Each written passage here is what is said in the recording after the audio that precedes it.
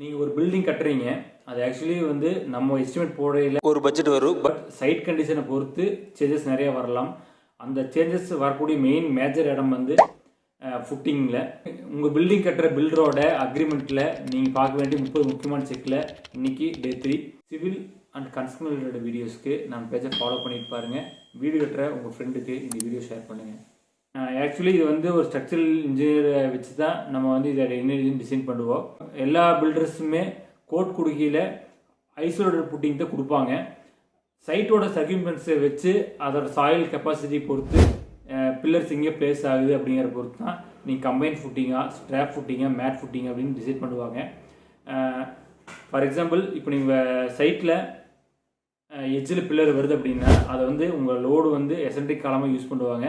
அந்த மாதிரி டைமில் ப்ரைமரி காலமாக இருந்தால் நீங்கள் கம்பைன் ஃபுட்டிங் யூஸ் பண்ணிடுவாங்க. செகண்டரி காலமாக இருந்தால் ஸ்ட்ராப் ஃபுட்டிங் யூஸ் பண்ணிடுவாங்க. இதுவே நீங்கள் வந்து அண்டர் கிரவுண்ட் பார்க்கிங் பண்ணுறீங்க அப்படிங்கும்போது நிறைய மால்ஸில் வந்து உங்களுக்கு மேட் ஃபவுண்டேஷன் தான் யூஸ் பண்ணுவாங்க.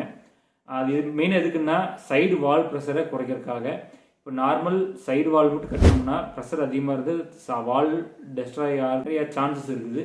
ஸோ மேட் கொடுத்து மேட்லேருந்து வர ரீஎன்ஃபோர்ஸ்மெண்ட் கொடுத்து சைடு வாலையும் பண்ணிடுவாங்க. ஃபைனல் டைப் என்னென்னா உங்களுக்கு பைல் ஃபவுண்டேஷன் பண்ணுவாங்க. உங்களோட இடம் வந்து ஒரு பீச் ரிவர் பக்கத்தில் இருந்துச்சுன்னு டெப்த் அதிகமாக பண்ணுறோம், 20 feet 30 feet பண்ணுறோம் அப்படின்னா இப்போ நீங்கள் ஆகர் பைல் யூஸ் பண்ணுவாங்க. இல்லை ரொம்ப ஜாஸ்தி வேணும் அப்படின்னீங்கன்னா நீங்கள் வந்து ப்ராப்பரான மிஷினரிஸ் வச்சு டிக் பண்ணுவாங்க.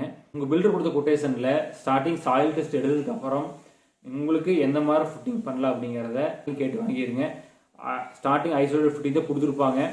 அதுக்கப்புறம் எந்த மாதிரி ஃபுட்டிங் சேஞ்ச் ஆகுது, அதுக்கு என்ன அடிஷ்னல் சார்ஜஸ் வரும் அப்படிங்கிறத பேசி தெளிவாக பண்ணிக்கங்க. பில்டிங்கில் வாட்டர் ப்ரூஃபிங் ரொம்ப முக்கியம்.